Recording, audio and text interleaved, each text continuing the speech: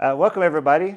We're here today with Flo. It's a very exciting podcast because Flo is an investor across, I guess, mainly Nairobi. Is that right? Yeah, across Africa, I would say. But yeah, most of our portfolio, most of the time in Nairobi, Kenya. Yeah. Yeah, so it's going to be exciting for all our listeners out there to understand what it's like to be an investor in East Africa, to find out how those deals are done, and figure out really for the Nairobi Gold Rush podcast how you get that gold here in Nairobi, Sure. and figure out what is really happening out there. So thanks for joining us today. Thanks for having me. Yeah. Well, to start out, maybe just tell us, how did you get into becoming an investor? I mean, that's something, doesn't seem like something you just come upon. Yeah, I don't think there's any kid out there who wakes up and grows up and be like, I want to be an investor, specifically a venture capital investor when they're growing up. So no, it wasn't something that I ever thought of becoming. Kind of fell into it like actually most people. I'm actually not Kenyan, Burundian. Came here 12 years ago to study, and then after school just started working. Went into management consulting with a local firm. Supporting startups, helping them fundraise, helping them, structure their financial operations. And obviously, once you work with startups, the key question is always around fundraising. We need money. Most of the time, I was more of like a fractional CFO sometimes. So I'll join a company and they'll tell me, we have 2 months of runway, we have to fundraise. Otherwise, there's no future after this. So spent a lot of time talking to investors.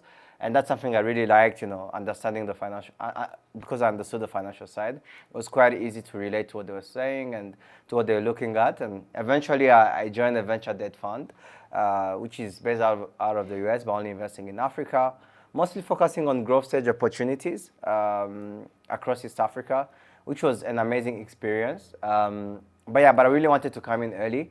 I really wanted to do early stage investments. We have a young continent. We need more innovative models, and I think that's where it can happen really at the early stage. Joined the family office after that, and more recently working with a VC firm, investing in early stage still and pre-seed to Series A across Africa, but most of the portfolio has been in Kenya, and most of the investments actually in Africa has been in Kenya. So has been a great journey. Really, really passionate about innovation, passionate about startups. I was telling you before this that I also enjoy investments on the side. So something I'm very passionate about really. So yeah. Oh, nice. And you have a lot of terms there that we need to unpack for our audience. So Sure. maybe let's talk about, you mentioned now, I guess the current stage you're more in like the VC space. Is that Sure. correct? Yeah. So what is a venture capitalist? How do they invest in companies? Maybe just kind of explain at a high level how that works for those that may not know. Sure. Yeah. I think most of the time actually I talk to companies, and when you start thinking about their long-term growth, where they want to be, and the type of investments they need, I quickly realized that there is this huge gap between what the company thinks investments are for, and what the investors really want to have.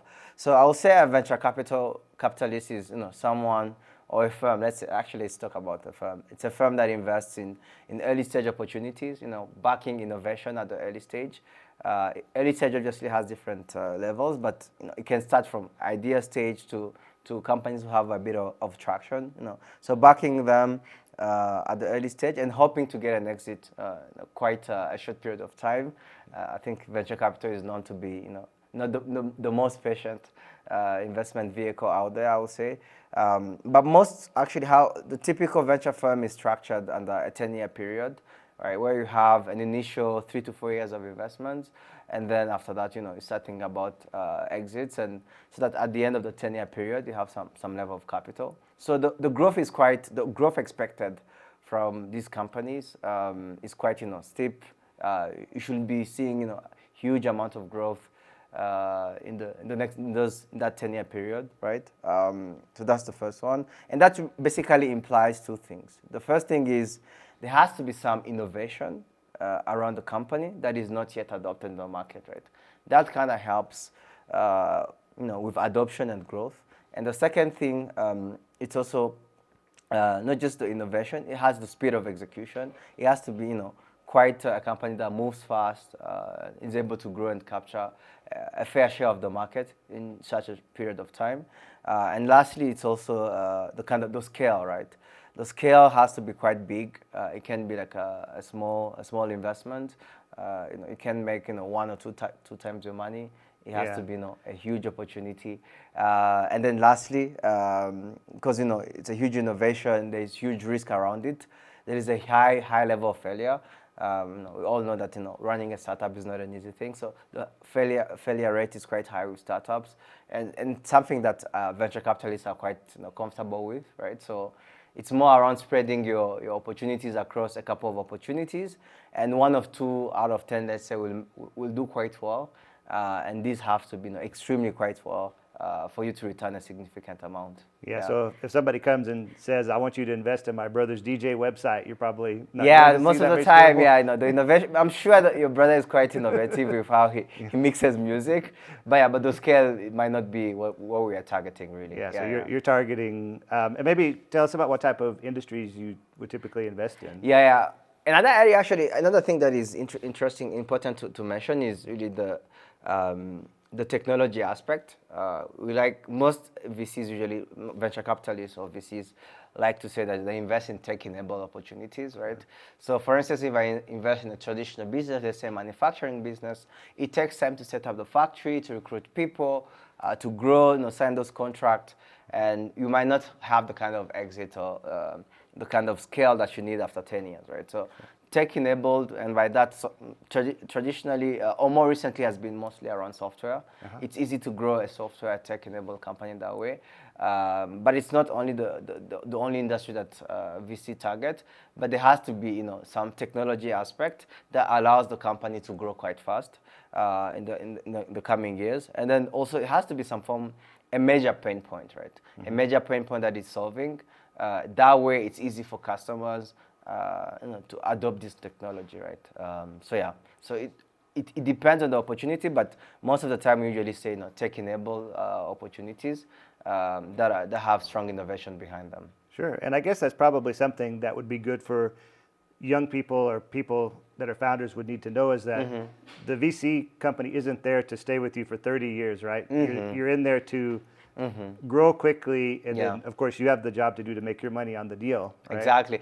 Yes, it is quite a short time. 10 years might seem like a long period of time if you think about it, but quite concretely, to grow from zero to maybe $100 million type of business. We have seen very few of those in Africa. Hopefully, we'll see more of them. But in a 10-year period, it's quite hard, right? So it's good to always understand, maybe something we can talk about, the VC dynamics. If I raise maybe a $10 million fund, what am I expected to do, right? How much money should I return to my Yeah, like what would that look like if you, let's say $10 million, right? Yeah. How much money do you need to give back to your investors? Actually, let's walk through the math. Actually, sure. Okay. This is an exercise I like to walk through with startups. Let's say today I wake up and I say, you know what? I think the future is in Africa. I think innovation is here. I want to raise a $10 million fund for Africa, right? Yeah. So I go maybe to a high net worth individual. Let's make it simple. Someone, let's say, based in the US, and tell them, hey, I really think Africa is the future, and I want to raise 10 million, right? So think about this guy. He has, let's say, huge amount of money, and he can invest in different places. He can invest in a bank account, and he gets his 4 to 5% quite safely. He doesn't take much risk. If he wants to take a bit more risk, he can maybe invest in the stock exchange in the US. The stock exchange in the US has returned 20% over the last 4 years on the dollar. This is not. So all I have to do is buy an Amazon stock or something. There you and go, I make 20%, right? Yeah. If you buy like an Amazon stock or even an index fund, right? Yeah, just buy a fund. S&P 500 index fund, right? You can get comfortably.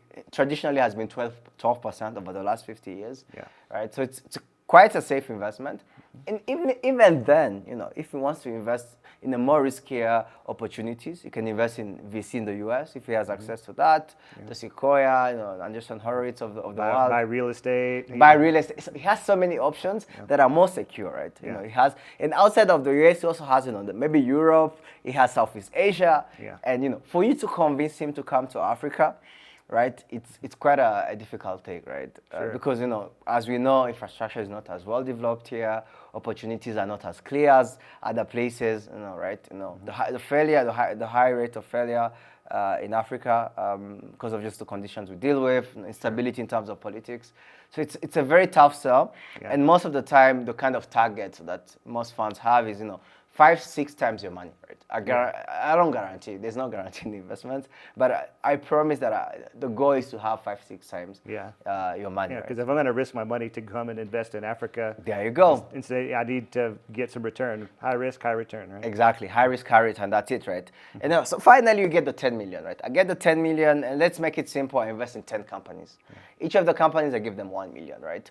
And we know that traditionally 9 out of 10 startups usually go down. And when you may say go down, do they close? They lose everything. Yes, close the they doors. close, and really most of the time you are very lucky to return anything from that investment. Yeah. And you know that going in, I guess you have those. You have it. That's the risk I'm taking as a venture capitalist, right? So most of the time, let's say one company has to return everything, right? So first of all, the 1 million has to return to 10 million. Yeah. Right. So that's a 10x already. Right. You have to have 10x just to give the money back. With Get the money back from the investment, right? Yeah. But remember, we have to also return 6 times the money that we promised this person. So it's 6 times, it's 60 times my investment, right? Yeah. So if I invest 1 million right now, let's say I invest 1 million at a 20 million valuation, right? The company has to be worth 60 times that for me to return. Yeah. There's other technical stuff, dilution and everything else. Yeah. So most of the time you might end up targeting 100 times your money. Which is a very difficult thing to achieve. Oh yeah, that's pretty crazy. I mean, and there's other investors who come in. Maybe you can explain how that works. So maybe you come in at the early stage, right? Exactly. So you talk about dilution. So you come in. Exactly. So what happens is, there are different stages of fundraising. What we like to call pre-seed. Let's say I have an idea. Let's say today I want to connect, dog owners to dog sitters. Yeah. I'm giving this example because a friend of mine more recently was looking for a dog sitter, someone to look after his dog while she was traveling or while she was going for events.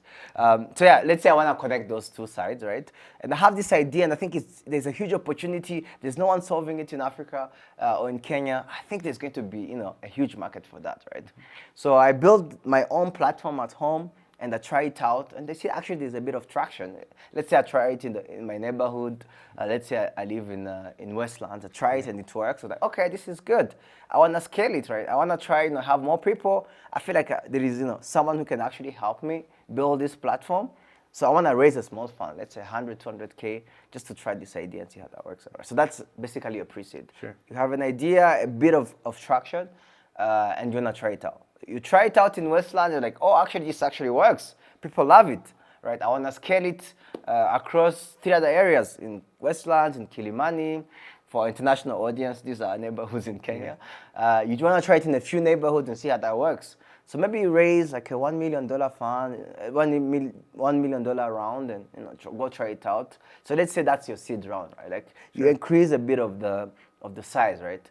And then that also works out very well. Obviously, throughout this journey, you're iterating, you're trying different things. Okay, so this is becoming very good. And then I want to raise now a proper round, which basically I want to make things very formal. I want to bring in more team members. I want to have a customer support team, right? Marketing is not as good. I really want to, make this a huge opportunity. So that's really your proper Series A, which is more structured, more traction behind it, and I think those are like the earlier stage. After that, people name it different ways, but it's a Series B, a Series C, a Series D. Sure. But it's usually key milestones, maybe going to a new area, going to a new country, right? Trying different business models, right? But the Series A most of the time is to scale something that you have seen working in a few areas, and then just take it to a bigger scale, right? So I would say the pre-seed is more around I have this idea, I want to try it out. Seed is more around tweaking and trying things that have worked out and make the machine ready for growth, and then the Series A is now your proper first round. Getting into the big time, and then yeah, I guess things can fail anywhere along. Oh the yes, spectrum anywhere. The risk is never. And as an investor, unless you have exited the business, same for actually a founder, anything can happen. The risk is at all these levels. Hence why most investors usually ask quite a significant part of the business. It's usually encouraged at each stage. 10 to 15% of the business to sell 10 to 15% at each of pre-seed, seed, and then continue growing in that kind of levels, right? So that you bring in more capital in the business. It's also not just about the capital; it's also about the expertise. You really want investors who can help with value addition. Value addition can come in different ways. A few introductions here and there that enabling more partnerships, or someone who has built. It's very valuable to have someone who has actually built, especially in the fintech space. If someone has built in the same space, they can bring valuable knowledge. Big firms, I know like venture platform, for instance, in Nigeria has a strong emphasis about supporting the team with recruitment. So having a platform basically to support, the businesses in different areas, recruitment, growth, technology, right? Sure. So it's good to think about how to align all these investors so that they can be complementary at different levels. Yeah. And when a company comes and pitches you their idea, particularly at the early stage, what type of things do you value most? Do you value like the team, like if they have like successful people, is that play a huge role in it? Or is it more the idea? Like what, I mean, I know there's a lot of factors, but like, are there certain things that you look towards more? Sure. It's a spectrum. Like the early ITs, it's more around the team, the team and what they can actually accomplish. They don't have to actually be very much experienced in that area, but it's good to show some form of traction at that level. It's a very biased job, to be fair with you, right? Because you can have several ideas and who do you back? So it kind of helps, and always encourage founders. It kind of helps that you have some form of traction, right? It doesn't have to be monetary traction, but people are actually using your product. If they pay, even better. If they are paying for it, even better, right? Show that actually there is something, concrete, something, some meat to the product. That's one. And second thing, it's also around. It's not just the traction and everything. We deal in an area which has, again, we talked about innovation, right? This is a very innovative product. I remember when I came to Kenya. This is a good example. My father told me, I know you're not smart, but don't make this mistake. Don't go into random people's houses, random people's cars. That's literally Airbnb and Uber right now, right? Yeah, exactly. So innovation can be hard to understand when it hasn't been implemented, right? So as an investor, most of the time you can be biased, and you can be biased towards the simpler ideas, the ones that are easy to execute, the ones that you have seen, working in other places. So if you don't have traction as a founder, it's even harder to convince potential investors, right? Yeah. So traction can become very, very, very hard. It can become a key differentiator. But it's a spectrum. Initially, it's the team, a bit of traction, and as you grow, it becomes more unit economics, right? So can this thing actually work, right? What are the numbers behind it? How much does it cost you to sell this product? And so on and so forth, right? So it's basically initially the team, the traction, and as you grow, how strong is this unit economics? Obviously, unit economics matter at the beginning, and team matter also at the growth stage, but they have different weights as you grow. Yeah, I imagine once you get started, you have like the team and the recommendations of investors. Once you start coming in and you start recommending to your network, I know this guy, he's been successful, and that kind of helps to spread the word and have those recommendations. Oh yeah. Actually, business, maybe. Yeah, definitely. It kind of helps. I think that's also what I encourage a lot of founders to think through. As you bring in investors, money is great. There are two areas really there are two and a half areas that an investor can help with. The first one is very obvious. They need to bring capital. Yeah. It's good to talk and have all these discussions. They can help you with strategy, but they have to bring capital. Not that just at that level, but as you also grow, right? Right. Yeah. Most of these startups, as we said, it's a very steep learning curve. It's a steep growth. Capital is going to be needed at different stages. So you need someone who has pockets and who can actually finance you at different levels. The second thing that I can help you with is the network, right? Help you with introductions, especially if it's a business-to-business model. You need to talk to maybe Safaricom and talk to all these strategic players. They should be able to help you with introductions and unlock those, open doors for you to grow, right? And then the 2.5, the 0.5 is really the strategic addition, and that's very it can be very subjective because they come with all their knowledge and everything they have seen. And again, you have a very innovative model. So it's up to you, to the founder to distill and see, is this something actually that is needed for my business, or is it something that maybe works for another area, right? So bringing that experience, that expertise is very much valuable. But I think that it's up to the founder to determine and sort out and see what's actually needed and not, yeah. And in terms of deals that you've worked on, what does the typical structure look like? Like how much percentage does the investor usually take at the early stage? And then what does that relationship look like with the founder? Like how much involved is the venture investor company? At the early stage, usually, usually encourage companies to, at each round that you sell, especially at the early stage, you want to sell maybe 10 to 15% of the company, and bring in those strategic investors, right? I also want to talk a bit about valuation. So how do you value your business? Yeah. It's more of an art than a science, really, especially at the early stage when there's no much traction, right? So I think what makes sense, especially the kind of financial instruments that we have seen working, is what people like to call safes. Basically, a promise in the future that the investor will have ownership in the business, right?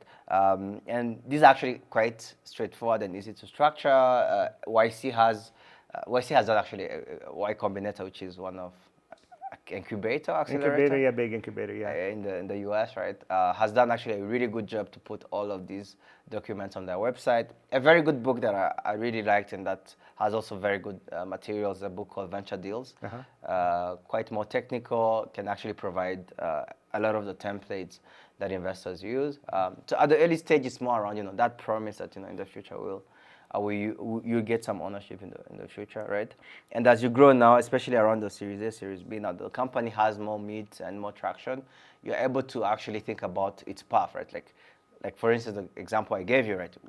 You can think about, in the next couple of years, this is how big the market is, this is how much you've captured, so you can actually value the company based on your potential and also a bit of risk around it.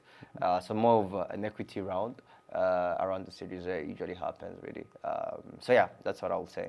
I hope that answers the question. Yeah, exactly. And it's interesting to see this idea of valuation. And I see this a lot of times here in East Africa. You see these news stories of this company has 100 million valuation, 200 million valuation, and you start talking to other people in the community, and it's like, oh, those guys aren't really worth that money. Or, True. I mean, if you see that, is it's kind of more of an art, so people are making kind of big bets or gambles on these companies? Yeah, I think, again, talking about the VC world, the kind of exit that you need, you can't if you have 2-3 times your money in an investment, as we talked about. You haven't really made it. Really, it's going to be tough, right? So you really want to see huge returns, as we talked about. Sometimes even 100 times to make your money, right? So that's like now the gamble you always make. Do you back a new founder who's trying out a few things, maybe first-time founder, or someone who's more experienced, has tried out something and has either worked or semi-worked, right? And especially the experienced founders, they can dictate terms, right? They can dictate really good terms. Based on the experience, because some of these lessons, as an investor, the first thing, you don't want to finance the learning curve of someone else. For somebody to fail. Yeah, exactly, right. And then they go raise it for another company, and then they work out, right? It's that kind of that's the kind of that's what you have to think through throughout this whole time, right? And because now the experienced founders can dictate terms, right? There's usually some form of competition between investors, like, oh, I can give you this valuation, or again, increase this valuation, right? So that's what I'll say, right? Like when you have more experience, it kind of helps. If you don't have experience, it's not over for you, but you have to get traction. If you have really great traction, it's going to be easier to fundraise compared. And you can get those big numbers, I guess, if you have a lot of experience. Exactly. So it's both. It's either or both. It's either, but you either have really good traction, you have very good experience, and the fundraising journey is going to be easier for you. Yeah, and I guess in some deals you've invested in, have you seen this kind of learning curve with new founders or people just getting into the entrepreneurial game? Like, for instance, I've seen companies that, young guys, they get some money. Now all of a sudden they have like the fanciest office in Westlands. They have spending $100,000 a month on Amazon Web Services for their technology. True. Then they burn through the money quickly or something because they haven't had that experience.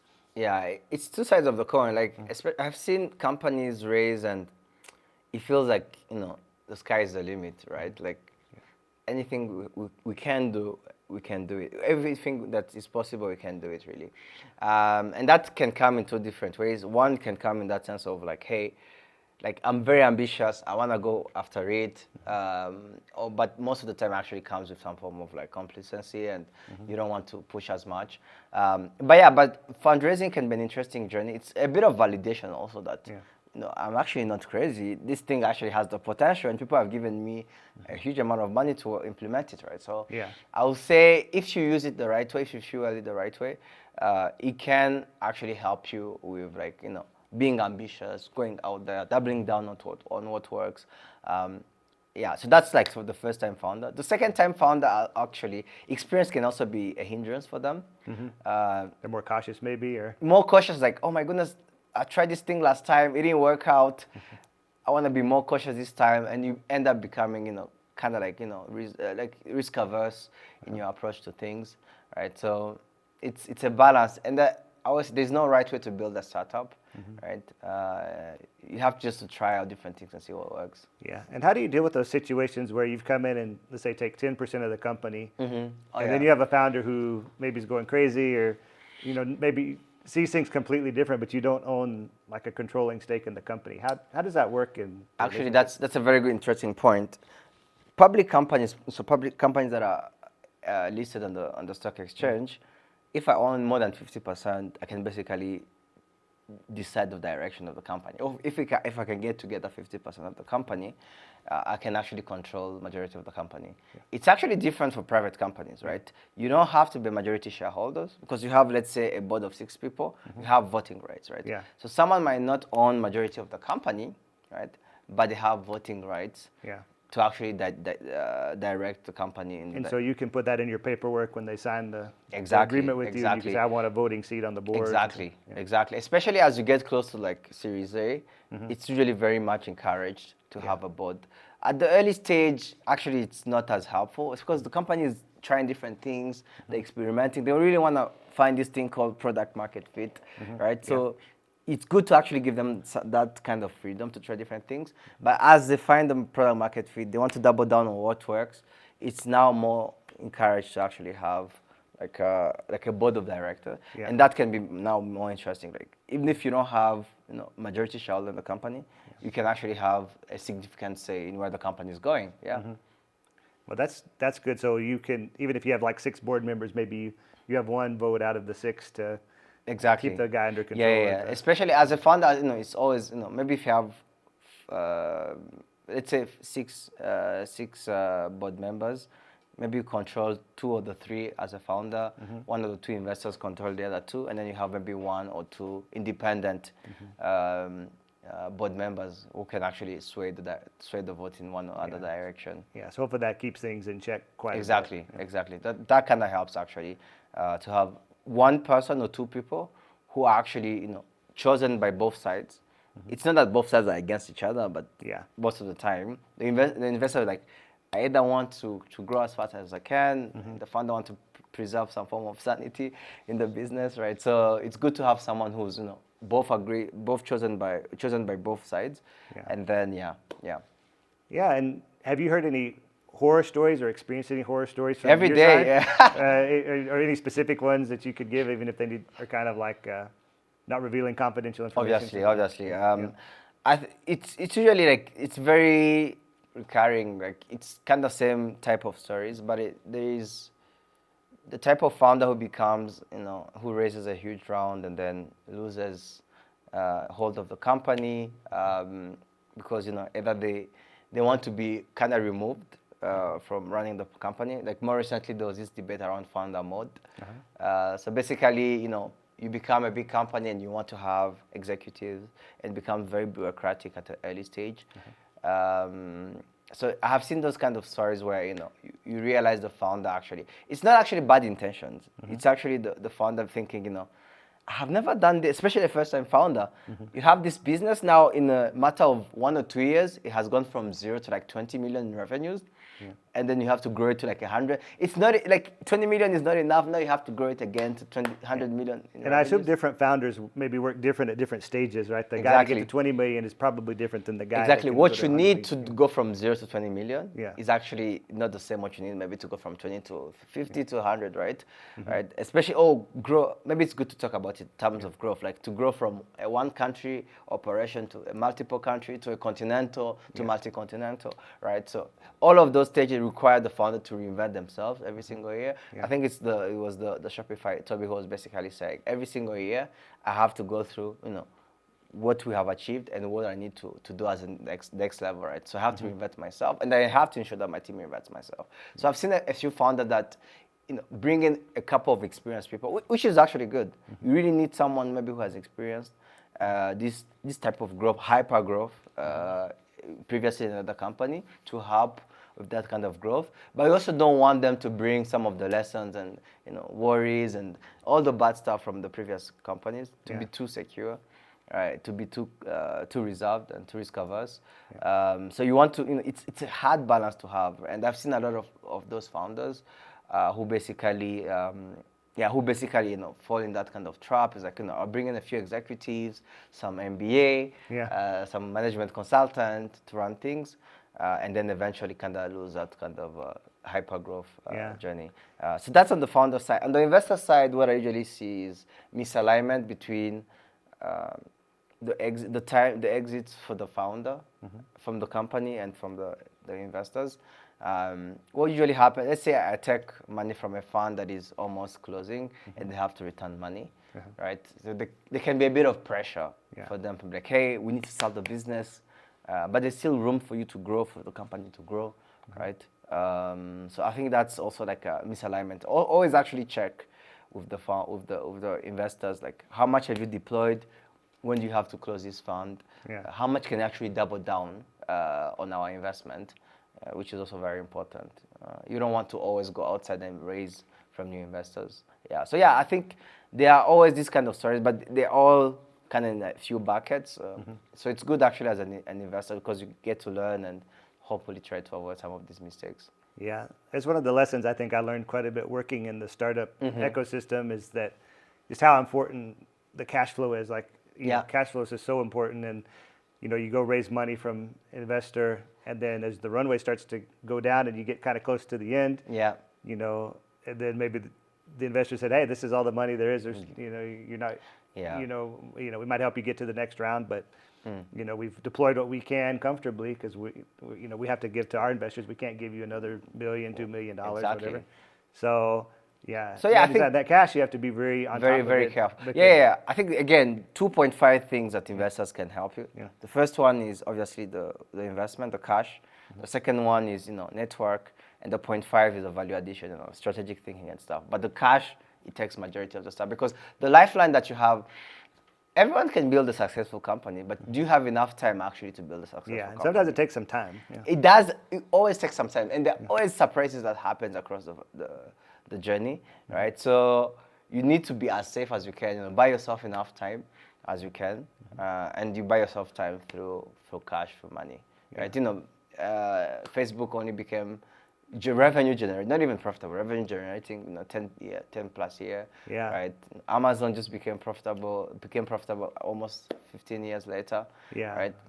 And all that time, it's for investors actually pumping big valuations for those companies, exactly. But especially the results is there, right? Right now, but the valuation at that time was very high also. But someone had to pump in money for all this time to actually. And that's very risky. The more each round, it gets riskier and riskier. Like, oh my God, am I delusional? Especially as an investor, like, am I delusional? Is this actually going to work? And because there are actually examples of things that didn't work out of many, many, many years. WeWork is one example which actually raised. I think that's one of the companies that raised the most. At some point, they raised the most venture capital money out there, but eventually never collapsed, I guess. Exactly right. So all that money is gone, right? But you have to, but you still have to finance that growth, right? Sure. I mean, I think even in the venture world, in Kenya, and maybe you probably know this True, more yeah. better than I do, but Yeah. I haven't seen very many companies who've actually had a Made it. successful exit. I mean, I'm sure side deals happen or they've bought by Yeah, a smaller yeah. company, but No in terms of major news, exits. I can't think of anyone who's like, True. Kenya, yeah, I think Kenya hasn't had as many exits Yeah. compared to maybe let's say Nigeria, talk about Paystack, talk Yeah. about the others. I think we haven't had like a major success, but in the long term, I'm still very bullish on Kenya. I think the regulation is favorable here. The ease of doing business is better here. Infrastructure is a bit better here, and more importantly, I feel like all these companies that have gone down, they come up with this huge cohort of graduates, people who used to work at all these companies, and they just the hunger is still there. and so they go out and start new things. New things, not just the founders. The founders are also starting new things, Yeah. but also the employees, some of the senior management. Yeah, I feel like there's still the fire in Kenya, and I think in the long term, Kenya will make it compared to other places. Yeah, it needs to be a few big deals that get accomplished and some big exits that I think to make Exactly, it everybody will some open cash- up. open some things up. Definitely to open up a lot of those. And I think what Nigeria has done quite well, or what they have leveraged a lot, is a huge market. Yes. A huge market that is untapped. So Kenya already had M-Pesa, but money transfer in Nigeria was still very hard to access. So companies like MoneyPoint kind of doubled down on that. Flutterwave, Paystack kind of doubled down on that. Kenya was blessed with M-Pesa, which can also technically be considered a success story, even though there hasn't been. It's not the typical venture-backed startup. Sure. But I think Well, maybe one of the challenges with like money transfers is M-Pesa is it's so dominant. Like it's hard for other players. there's no one, to like come there's in no to room for compete. anyone, yeah, right. Yeah. So I think that can also slow down things. The concentration of talent in Nigeria had also helped. Well, Nigeria has a big population. Big I mean, market, just in big Lagos, population. and it's like it's so chaotic, and there's like Exactly. But I feel like if you manage to millions capture more. even Lagos, it can be a very significant business. Yeah. Right. Exactly. So that can also help the market. Yeah. Yeah, that's pretty interesting. Well, are there any deals that you've passed up on that you feel regret about?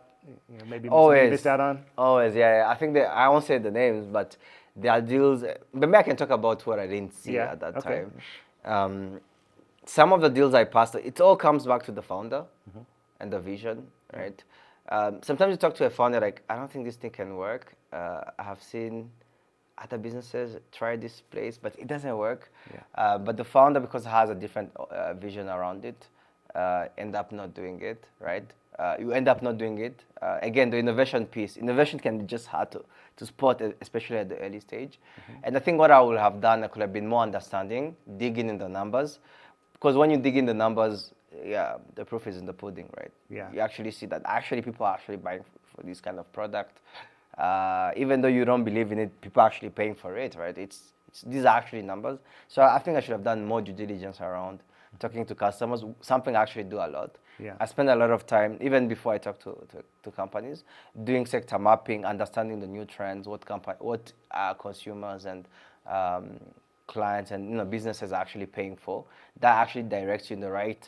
I go actually the other way. I talk to customers, I talk to businesses, and see what innovation they're actually using in their daily operations. Yeah. That will actually direct you to the right companies, right? Sure. The market never lies, right? I see a lot of surveys, a lot of startups which start with surveys like, hey, would you buy this product? And people are so nice. People are always like, yes, I will pay for it. Yeah. But when it comes to paying, no one actually pays because no one wants to actually hurt other people's feelings. So I think once you see what actually people are paying for, it kind of helps to start from the end, from the customers, from the market, and that will direct you in the right places. Yeah, exactly. I've seen that for companies I've worked with where people say, I love your product, but then you say, well, okay, why aren't you the customer? But you're paying for it. How much are you paying? How much are you using the service? I'm not sure. Yeah. Another thing that is also interesting is the speed of execution. And I think I've been guilty in my previous deals, especially when a company is really good and is very promising. The traction is there, the team is great. you have to move fast, right? And sometimes you can get lost in the technicalities, like how about 5, 6, 5.5, 5.1 valuation, right? Yeah, you're fighting over the little. Yeah, the little things, but the exit or the potential of this company is so huge that even if I invest at 5 or 10 of whatever amount I'm investing right now, it won't make a huge difference really at the end, right? So I think the speed of execution is something I've been really guilty, of not moving fast, and yeah, I think those two areas, just not digging into the numbers and not moving fast that way I should. Yeah, sure. Yeah. Do you find that the investment community in Nairobi particularly, are they more in competition with each other, or is it more like a friendly, like, hey, let's help each other source deals and Well, there's always a bit of competition. trying to get the best company? Yeah. Like how I think about it every single year, I always say, at the end of the day, there's going to be maybe 2 or 3 companies worth investing in Africa, right? Not just in Kenya. Like at the end of the year, when we see them, like, okay, these are the 2 or 3 companies. So only like 2 or 3 that are worth it. That are worth investing, right? So there's a bit of competition, friendly competition, I would say, amongst investors. I have lost deals to other investors also. Yeah. Right? Because maybe the company felt more comfortable, maybe more value addition from other investors. So it's always a competition. But I will say you also have to play together, because I might be at the end of what we talked about. I might be at the end of my fundraising journey, of my fund life, right? But this person maybe has more cash to deploy, so maybe I want them next to me. This person might be more comfortable, has a stronger network in Nigeria or West Africa, and the company that we are looking at wants to expand there. So I think they can provide more value there while I'm here, right? So you're always around, how can you actually have these synergies together, or maybe they understand this space better than I do, right? So it's obviously competition, but it's also like you have to think through strategically. Most of the time, you don't want to do a whole round on your own. You want to bring in those strategic investors so that you can work together. It's a team effort, I would say. So, and you think the reason to bring in the strategic investors maybe be more like the network, or it's the value addition, yeah, value addition, whatever they can bring to the table. Yeah. They can open deals for you. Yeah. So it's really around the cash. Can they maybe bring in cash when I'm short of cash? The network, and then also the value addition. Yeah, that's what I always found interesting working with certain investors, because they'll be like, okay, yeah, I can just call up the head of MTN or Airtel. Exactly. We're kind of stuck, so I have those contacts to reach the head guy of this company or that company, or something, and now you get things moving quite quickly. True. Because of those networks where normally I can't call up those guys. And especially it's always really interesting to bring in local investors with the context, because they have that kind of network. It can open up a lot of doors. The local investors kind of help with that. The international investors bring that kind of expertise from more mature markets. Maybe they have seen it in more mature business markets. And they can also open up international expansion, right? You want to go to Southeast Asia, you want to go to India. Maybe someone has like a fund, like I know like Kona has a fund investing across emerging markets, same like companies like Flourish Ventures. So that could also be interesting, bringing some the learnings across all their markets, and also the expansion could also helpful. Yeah. Well, what are some of the companies you've seen that you feel have been real success stories here in East Africa? Not just the ones with big valuation, but I think M-Kopa has been one of those really. Done really well, and I think they have done quite well on doubling it down. Initially, pivoting at a very critical time of their journey, going from the solar industry to more of the fund financing. And then also when that worked, I know they're trying things around EVs. So that has been very, very encouraging to see in the market. And there are also companies, they are not venture backed, but they have done they're not the typical venture backed, maybe they don't have some of the big VC names. So companies like Pesapal have actually done quite well in the fintech space. And I think those were like the earlier generation of companies that came before the whole 2015, 16. And they've been around for like 10 plus years. Exactly, growing every day. Every single day, right? And they're kind of quiet, doing things behind the scenes. So. Yeah, that's one thing I noticed with working with the venture capitalists is they they want to get to the next round. Maybe, you're at Series Yeah. A, well, now you need to get to Series B. True. And so there's sometimes a lot of inflation of numbers, or at least, True. like, for instance, how many customers do we have?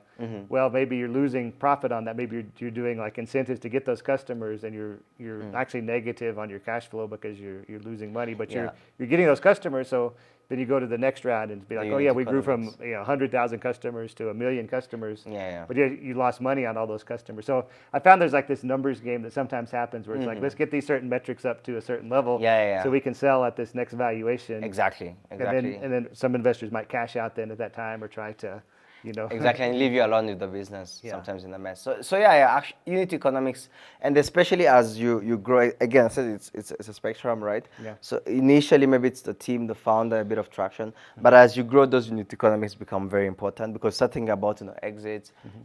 Do I want to IPO? Do I want to bring it to the stock exchange? Do I really want to merge with another business? But again, at that point, it really around the economics, right? Yeah. Yeah. It's everyone wants maybe a phone. The Copa example. Everyone wants a phone, but can they afford it really? Yeah, exactly. Right? Can you have the financing behind it? Right? Can you make the unit economics work? Right. So I would say, as you grow as a founder, you should have actually it's also one of the key criteria to look at investors. Is this someone who actually understands the economics of the business? Can they provide some value addition in that kind of sense? Because you don't want someone to be like, hey, now I've invested in the Series B, that was 12 months ago. 12 months are over. I heard that companies raise every 12 to 18 months. You should start raising. It's like, no, but we are fixing this part and this part. Right? You need someone who can actually bring some of that value addition and, question you in those areas maybe that you're not comfortable with. Yeah, and then I guess from your side, when you start getting towards the end of the fund life cycle, you mentioned like a 10-year fund. So I don't know what, year 7 or 8, you're starting to get under some pressure, I assume, to start selling. To give back the money, yeah. And so how does that happen? I mean, what do you do for these companies? I forget what they call them, zombie companies, or companies that might be doing okay, but they're not your 100x company. Let's say they just, maybe they made 1.2 times the money or something. Yeah. First of all, it's not. It should be a progression towards that time, right? Yeah. It should not. If your investor reaches out to you like, hey, I have 1 or 2 years before I give back the money, I think the planning has been really, really bad, right? Yeah. So you have to think through an exit scenario from the early days, really, of the opportunity, right? And it can be quite a difficult exercise. Yeah. Right. But I think it's mostly actually on the investor side to think through that. Obviously, coaching and talking to the company about how to navigate that. But it should be a journey to actually grow towards that kind of level, so that after 7 years, you have a clear plan. That it's, secondary, someone who comes in, the next investor who comes in, or you sell your shares to that investor, or, an exit, acquisition, whatever it is. But you should build towards that, right? About the zombie companies, what usually happens, especially as you get close to the end of investment period, it usually takes 3 years to start seeing who actually has the potential. Yeah. Right. And what happens usually for most investors, and what is encouraged, is you have to focus on the ones that are doing quite well. The big ones. So you're not going to put as much effort into those ones. Yeah, it's it's very hard. Once the company hasn't shown potential in those 3 years, it's just extremely hard. Yeah. Extremely hard. So you're going to put all your energy into the one that's 100 times investment. And most of the time, the ones that are doing well don't need much of your support, because they're doing well. Exactly. But if there is something you can actually do for the ones that have the strong potential, I will encourage an investor actually to be there for them. And what happens at the end of that 10-year period? Let's say the fund is finished and the company hasn't, it hasn't run out of money. It's still operational. It's making some funds, but there's not a lot of opportunity. Nobody's looking to buy it. Do you just still hold on to your investment in that company? Yeah, you still own the company. Yeah. You can make a few strategic. If you don't have the capital, you can maybe make a few strategic introductions. Help them with thinking about the strategy and the growth. Yeah. You're still a bit involved here and there, but not your focus in at that time. Yeah. What usually happens also, it hasn't happened a lot. We keep saying consolidation is happening in Africa, but consolidation actually happens a lot in more developed markets. So if you think about like the AI trend right now, a lot of companies are being acquired around data processing, right? Data collection, right? Like Scale AI, we just got acquired by Meta, right? A lot of companies in that kind of space, there's some form of consolidation that happens, and that's in some of those companies that maybe did not make it to the hundreds and billions of amount. Right. They can actually be incorporated in a bigger plan, and contribute to the vision of a bigger company, right? Interesting. Okay. But there's no straight answer. Yeah, it's not quite the focus that you're looking for, I guess. Exactly. In terms of Yeah. the So end of the day. you focus on the bigger ones, and hopefully that works. And you mentioned earlier some other companies you worked for that had different investment vehicles, debt. Debt, things. yeah.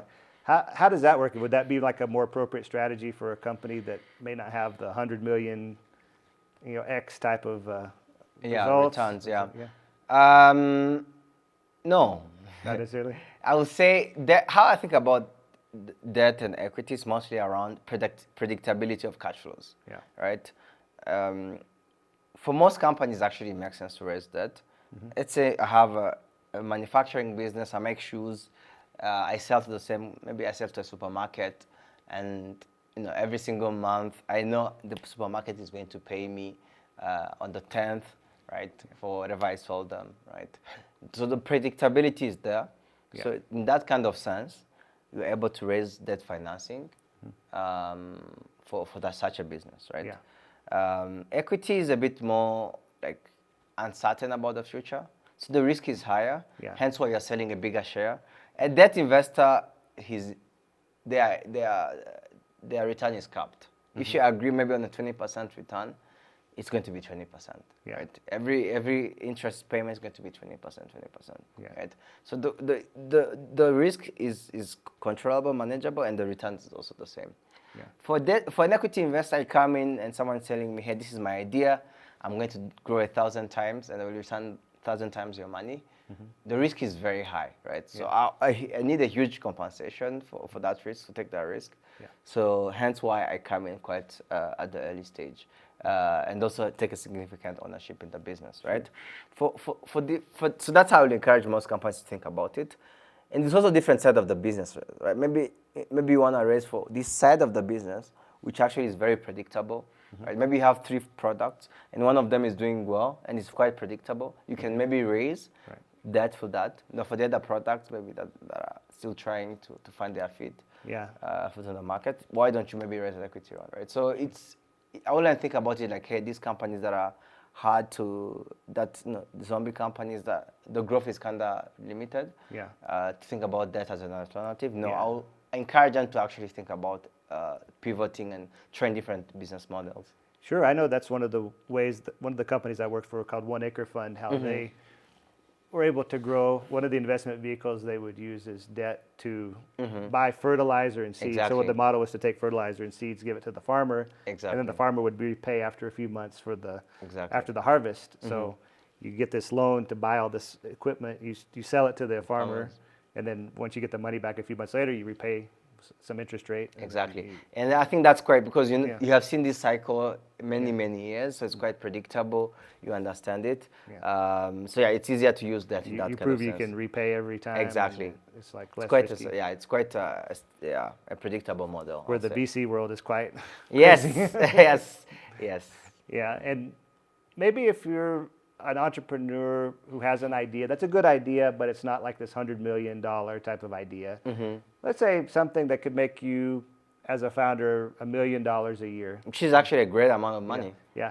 So how would somebody who has that kind of idea, but they know it's not a $100 million, idea? Yeah. Where do they get funding for that? How can they get help? Actually, I think that's one of the missing areas in most in our economies, right? Yeah. There's technically most companies hey, I have to go to a bank. That's how I get my money, right? Or you have to go to a VC, which is I need 1,000 times my money, right? So it should not be that kind of two sides. There is always this huge opportunity in the middle, and 80% of our businesses actually, of African businesses actually, traditional businesses and small businesses. Yeah, small businesses that make a good living for the owner. Exactly, and that's how economies actually grow. That's how economies grow everywhere in the world, right? These are what you call the traditional economy, right? Yeah. And that's what really drives the economy, not just Africa, even the US. Any other economy is driven by these small businesses. So I think we need to have more mechanism around how do you support these kind of businesses, especially in our economies. Yeah. Obviously, it starts with policies. Have to encourage more investors to come in this space. What happens most of the time is it's very risky to invest in a place like Africa, right? Yeah. And policy is always very shifty. It's hard to register. It's hard to register a business. It's hard to do. Ease of business is not as convenient. So we start, encouraging more investors to come here. And even local investors actually have the capital, but most of the time end up not deploying it. Banks have the potential to invest in small businesses, but they choose to invest in big corporates and government bonds because there's no limitation that tells them to have a certain allocation to small businesses. And I think that has to start with policy advocacy and policy, better policies. But we need more innovative. I don't have a solution for those small businesses, but what I've seen, it's usually angel. The angel networks and places like that is where that type of money gets invested. Yeah. And it also grow quite slowly. So I usually see businesses, come, and the ones that I've seen succeed, they usually try have something small, try it out and see how that works, and then grow to a bigger audience, and then just grow slowly, and then eventually reach a scale where you can maybe approach a bank and get a bank loan. Yeah, exactly. Strategic, there's another innovative thing that strategic partnerships that can unlock a bit of value. A few corporates that can maybe pay in advance for your product, especially if it's a tech platform. Sure. They can pay in advance and help you to get some liquidity to build something, right? So it's unfortunately you have to be very innovative around. Yeah, it's very tricky. I know a lot of people I deal with. I have people come to me and ask for investing. They want to invest in their business idea. Most of the ones I see are probably too small scale to, they want to maybe start a car wash or start a, sell smokies on the side of the road. Yeah, I know. And it's kind of like, well, okay, this isn't something that I would get involved in because it's not going to provide the type of return that I expect. Which there is that part of the market, right? There's the kind of micro loan. The micro loans, it should be there, but again, I think it's not enough to stimulate. It's hard to stimulate, so it's kind of like there's that middle ground that's in between the VC and the micro loan. Where there's probably a gap here. A huge gap, yeah. And it's probably just because there's not enough money to kind of go around in that area. Because angel investors, I assume, are very cautious. It's now their money, but they don't have a group or somebody that they can kind of work maybe with. they also don't have the experience to run in that space. So True.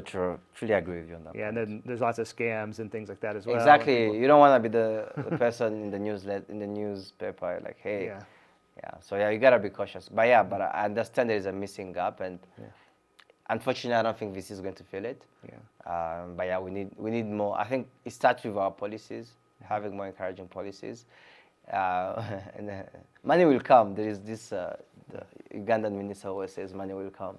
Yeah, exactly. well, what's your kind of specialty of expertise? Like, what type of companies do you specialize in? We don't have really a focus, but personally, I really like B2C business models, which is not very popular. Yeah. Is it more B2B? You think is the most people actually most funds actually prefer B2B business model. I really like direct to consumers. I was talking to a banker the other time, and he was telling me that there is 290 companies that they target as an investment banking institution. And those are companies that are making more than 10 million, right? So it's a very small pool of corporates that even a startup should focus on. That kind of limits the kind of growth, right? And the success stories that we're actually seeing in Africa are B2C, right? The Paystack of the world, the M-Pesa of the world, right? That's all B2C, right? Right, exactly. But it's just a hard business model to build. Yes. It requires a lot of capital injection to actually reach the kind of scale. Yeah, to convince people to buy your product is very difficult. It's extremely hard, especially when the purchasing power is also very low. So you need to be solving a major pain point. Like right now, if I stop anyone in Kenya and I tell them, hey, I will pay you 10,000 shillings to never use M-Pesa ever again, they will have to think about it. That's how much value M-Pesa is actually providing to you, right? So that's kind of like and it doesn't lie to you. It does B2C never lies to you, because corporates, it can be strategic relationships. You may be one of the decision makers, Right. but a consumer in low income areas who has to account for every shilling. If they pay for your product, you 100% know that there is value addition that is being provided, right? So B2C, and I think that's why I've developed a lot of theses around the scales you need to reach, around retention, around the conversion rates, the unit economics, the long-term value of our cost of acquisition. I think that's where I feel more comfortable really doing, because I think that's, it's easy to assess that than anywhere else. Sure. Okay. Well, and you mentioned earlier that you came from Burundi originally. I know, yeah. So how does a guy like yourself come to Kenya? Because I don't think of Burundi being like the technology capital of the world. Yes, I know, yeah. No, I think, it was just, to be fair with you, it wasn't like a very calculated decision. Yeah. But if you wanna really live in another African country, there are very few options, and Kenya is really that kind of like metropolitan place that most people come to. It's quite cosmopolitan. There are so many, people from different backgrounds. Both of you and I are not actually from Kenya, right? So I feel like it's very attractive in that sense. The education is not as bad. And so you it's came actually here good. originally to go to school, I guess? So I was in school here. I did a course called actuarial science, which is more math, statistics applied traditionally in insurance, but pension and investments in general, right? So that was really what brought me here. But I've seen a lot of people coming here. It's quite an easy place to navigate compared to other places in Africa. So I really love it here. Yeah, a little bit easier than. Yeah, plus now I have my significant other who's Kenyan, which is a very good reason to stay. So you're locked in for the long time. I'm really locked in here. This is home. Have you become a Kenyan citizen yet, or are you still Hopefully soon, actually. I would love to.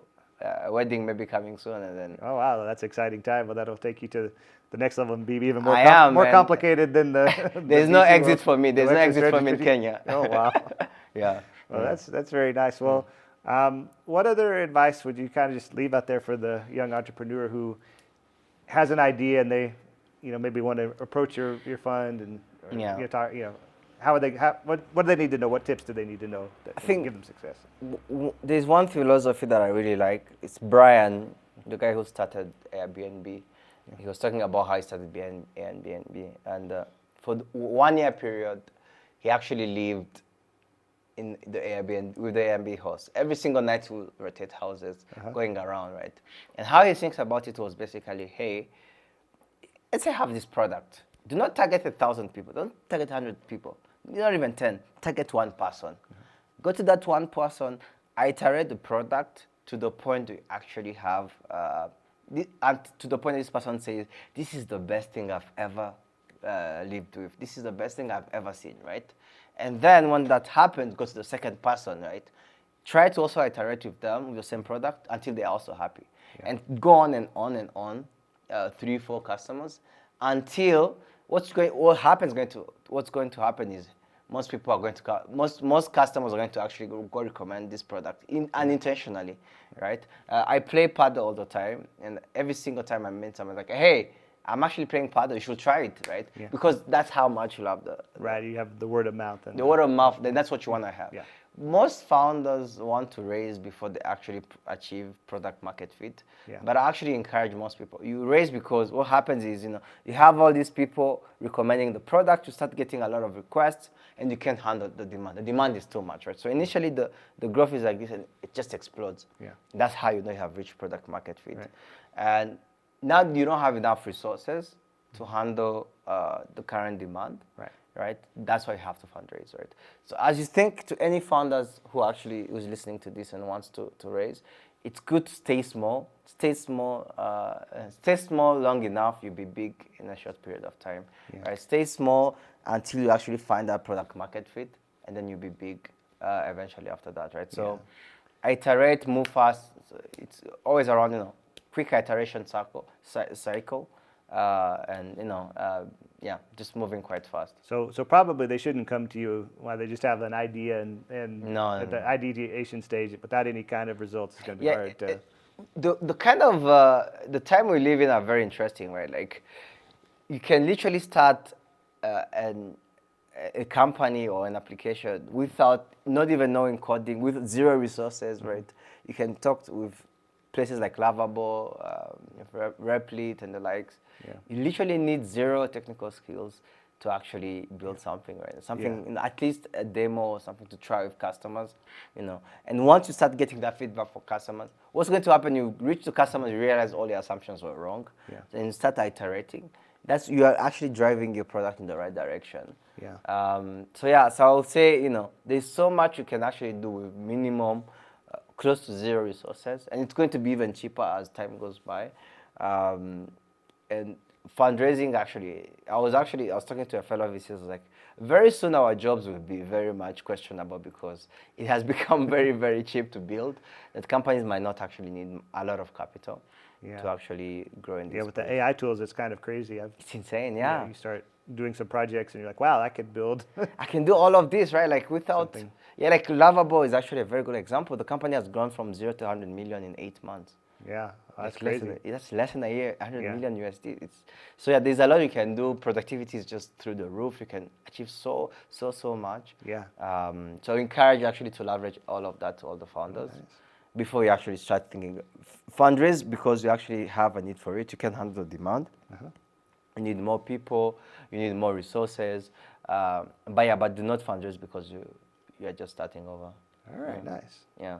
All right, well, I think that's all the questions I have for you today. Is there anything else you'd like to leave our audience with? Or sure, a word of encouragement. It hasn't been the easiest times for African companies, Kenyan companies, but I think the future is bright. We have a lot of capable people here.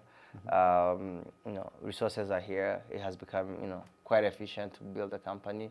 I feel like the future is way bright, is really, really bright, and I think in the next couple of years we'll see more success stories. And also I want to shout out the production team that is helping with this. I know it's not an easy thing, and also to you, I know it's not an easy thing organizing this. So thanks for having me. Is there any particular way that people should contact you or reach out if they how I actually connected on LinkedIn? I reply to all my texts on LinkedIn, on WhatsApp, on email. Feel free to reach out. Always reply. It takes me most of the time less than a day to reply. I told you I lost the deal because I didn't move fast. That will never happen again. I'm always on top of things and always reaching out to people all the time. So feel free to reach out and Well, great. If you have an idea, maybe this is the guy that could help you. Let's go. It's time to scale. Yes. Nice. Yeah. All right. Well, thanks for joining us today, and hopefully we'll get to do this again sometime. Oh, definitely. Awesome. Thanks for having us. Okay. Until next time, we'll see everybody later. Thank you. Bye, everyone.